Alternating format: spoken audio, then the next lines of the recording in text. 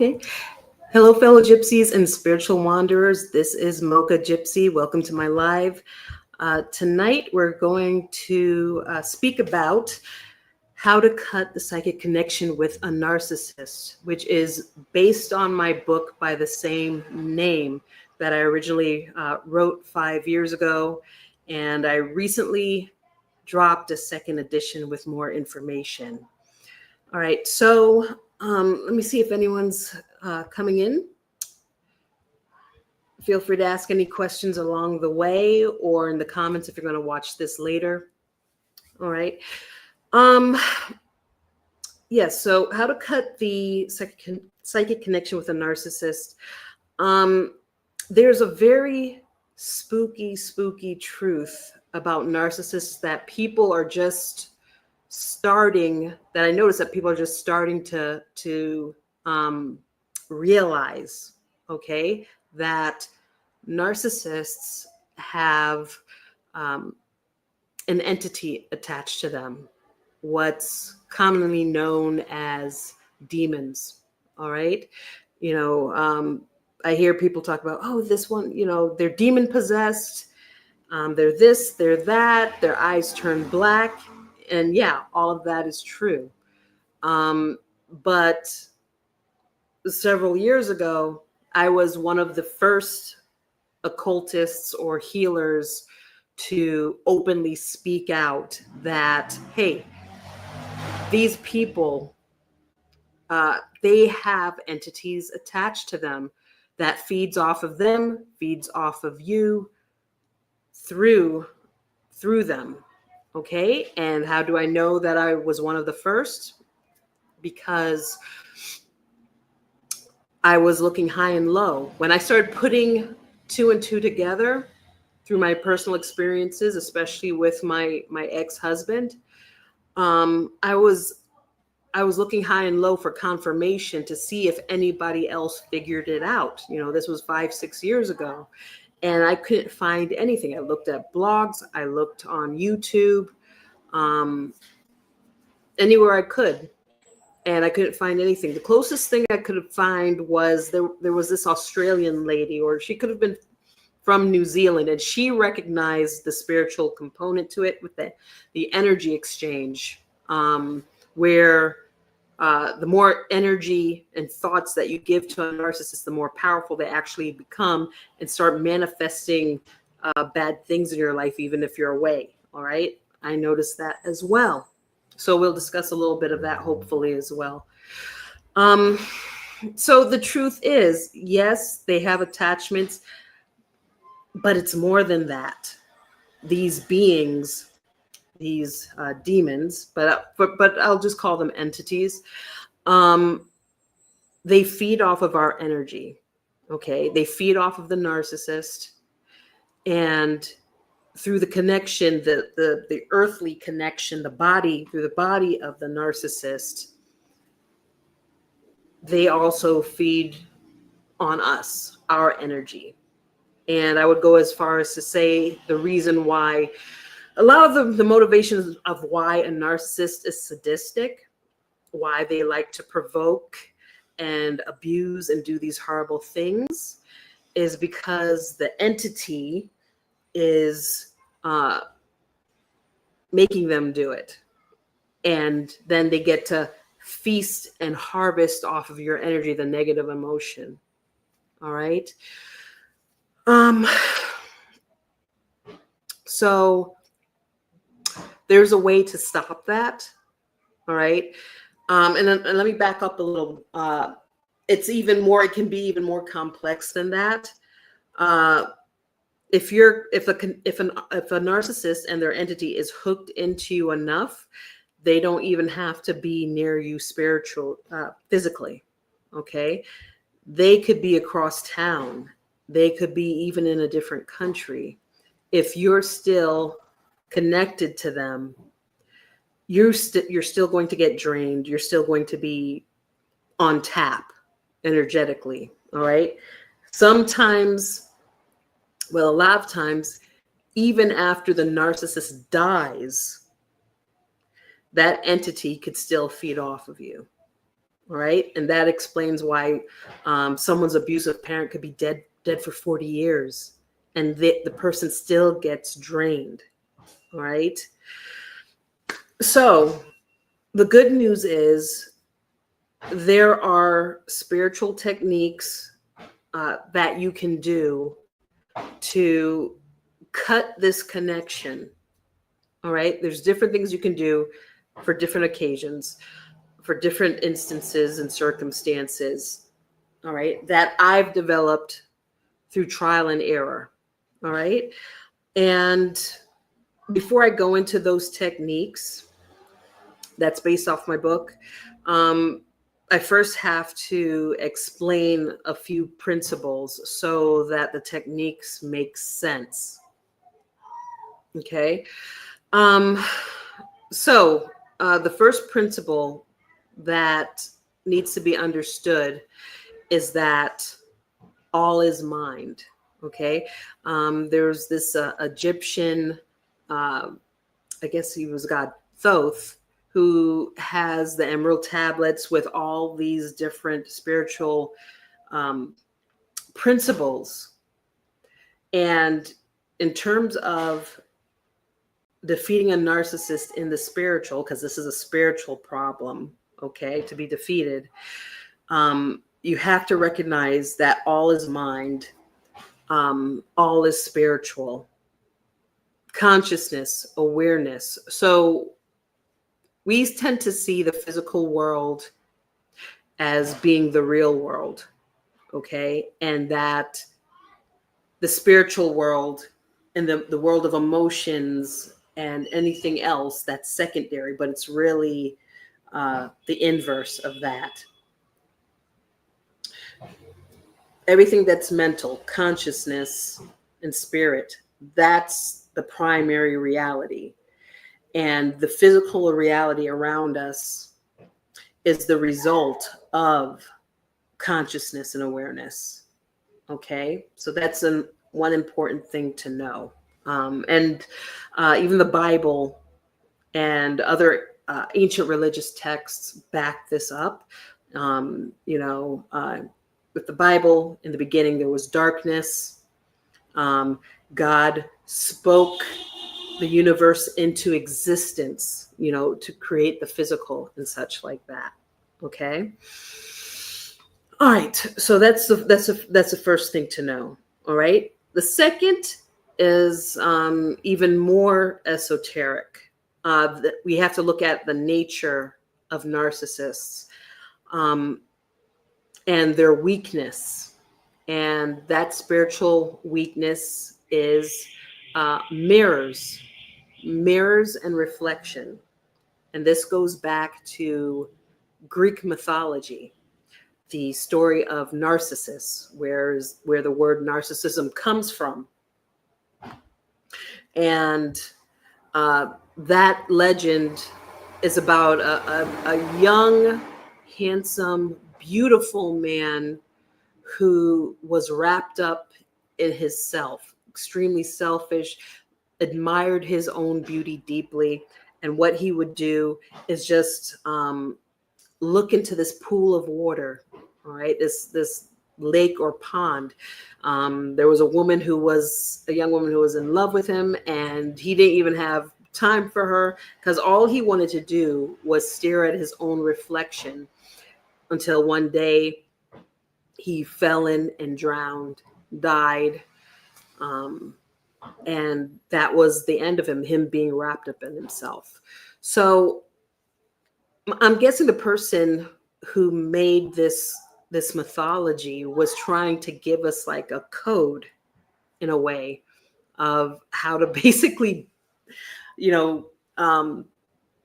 beat these types of people, because the secret in any type of spiritual work against a narcissist is through reflections or mirrors.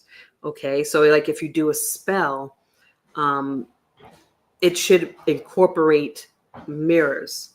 Like I remember Hoodoo Delish.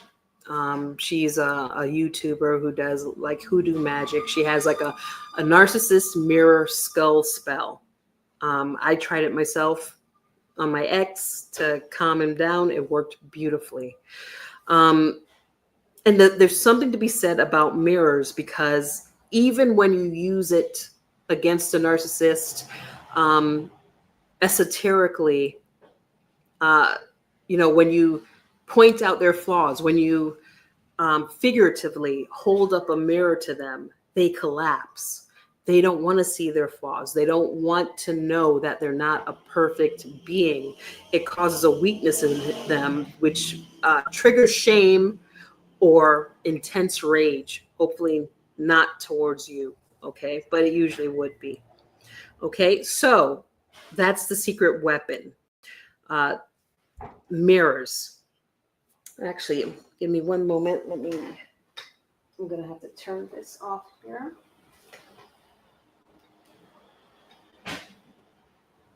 Yes. All right, so much better. Yes, so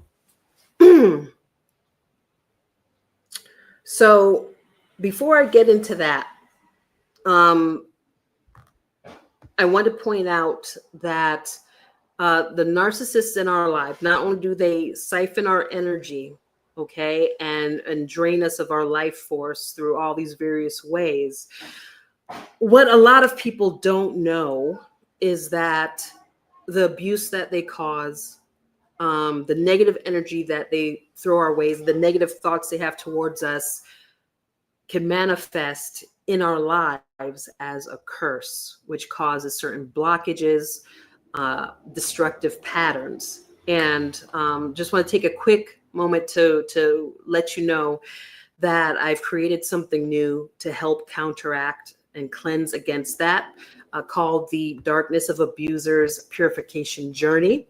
It's an 8-week process where I personally guide you through rituals, cleansing rituals, and private sessions, and that clears curses, trauma bonds, and toxic family energy, especially toxic family energy. This was something that I've done on myself.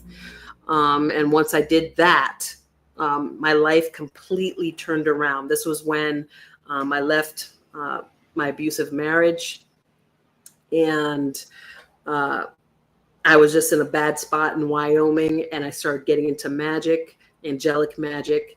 And this was something that I did on myself intensely, right? And I ended up seeing an angel as a result.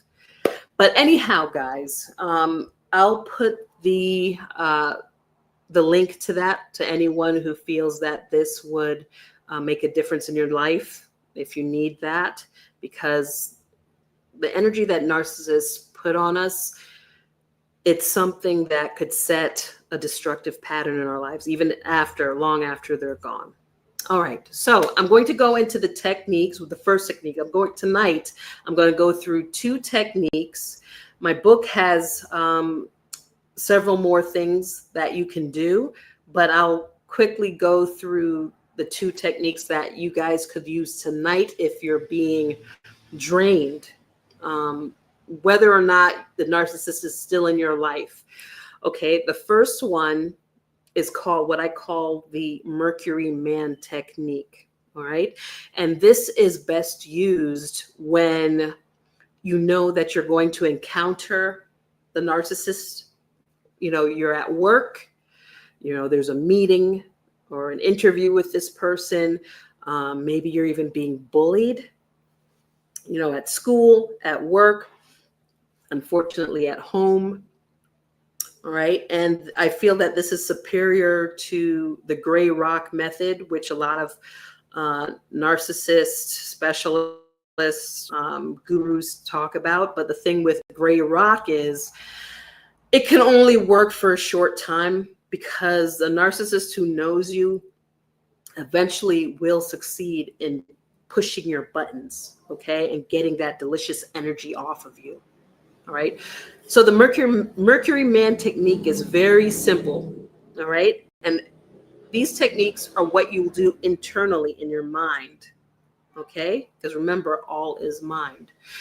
So we know what Mercury looks like. It is a mirror. It's a reflective type of substance, which is like a liquid mirror. And this is what makes it so powerful. Okay. So when you know that you're going in and you're dealing with a narcissist, you're to visualize that you have Mercury starting from the top, just spread, glided all over you, every part of your being, from head to toe, where you look like your yourself is made out of Mercury. For some of you older viewers, if you remember Terminator 2, with the Terminator who was actually made of Mercury, he was a Mercury man. That's how you're to visualize yourself, okay? And by visualizing yourself, all being mind, that's what's going to be happening to you in the spiritual, all right? So the narcissist and its entity can't penetrate and extract your energy or your life force when you do this. All right. And you just keep on visualizing yourself in this state, and then just go about your business, and you'll naturally forget about it and go about your day or your interaction. And they won't be able to siphon that energy. What it does is cut off that hose, cut that spigot, like, just it cuts it like immediately. All right. So whenever you feel threatened, or even if you're not in the presence of the narcissist and you start to feel drained, that's the entity starting to drain you, do the Mercury Man technique, visualize yourself in that state, and you'll get instant relief. All right. So try that. Let me know in the comments later on and give me some feedback how that works for you. All right. And the second technique is what I called the mirrored dome technique. All right. A big, large dome. Now, this is for protecting your space. All right. Your space. So if you're at home, it's your house. Okay. Or if you're at work, it's your cubicle or your office. School, your desk area, you get the point. And this technique is used to protect yourself from the entity, the narcissist, when they're far away from you. A lot of people swear that the narcissist in their life, or their narcissist ex or whatever, a lot of times they get suspected of being psychic, because they're like, how did he know, or how did she know that I was planning to do XYZ? Or did they eavesdrop on me? Is my house bugged? A lot of narcissists seem to have a sixth sense, okay, about what you're up to, or certain details that you don't think that you don't want them to know. And often when that happens, it's because their entity, just like a ghost or any other spiritual being, peeked in on you. Okay? Peeked in on you at certain times and went back and told the narcissist. And I know I know it might sound crazy to some of you or spooky, but that's how it is. Okay. And so what the mirrored dome technique does is create a barrier, a hedge of protection around your space, your living space, or what have you. And this technique is pretty simple as well. You just imagine your home, you being in your home whenever, and this is especially well to do if you're going to have a private conversation, like you're speaking to a divorce lawyer, or telling someone about the issues you're having, anything you don't want the narcissist to know or figure out. Okay. So you want to picture a dome. Picture like, remember those biodomes? That was very trendy, where they have biologists have plants, and there's like it's like this hexagonal um, uh, glass dome. Okay, something like that. That you want to imagine just over your whole space and your home. Okay, and you want to imagine it with mirrors. So instead of them being anybody off the street being able to see through the glass, you want it to be mirrored. Because again, the mirror in the spiritual is a narcissist's weakness. Okay, and they can't penetrate it. So that's what you do. You imagine that, and just make sure that perimeter is tight and they won't be able to get in. All right. So that's what you do. That's what you do. So I want to know if anyone has any questions. See if there's any questions. I'm just going to check the comments. So we'll have anyone have any questions about what we discussed. I know it's kind of spooky, but that's what I found for myself.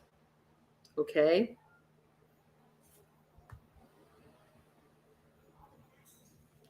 Let's see here. And if you have any questions later, feel free to put in the comments. Also, let me know if what I said made any sense based on your personal experiences.